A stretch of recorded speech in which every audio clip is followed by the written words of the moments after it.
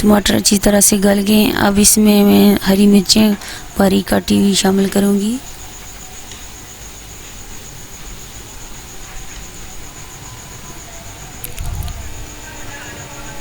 सूखा कूटा धनिया इसमें शामिल कर दूंगी।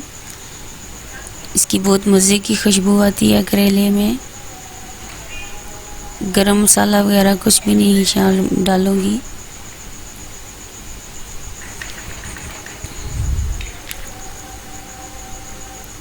माशाल्लाह से मेरे करेले तैयार हो गए हैं। अब मैंने डिश में डाल दिए हैं।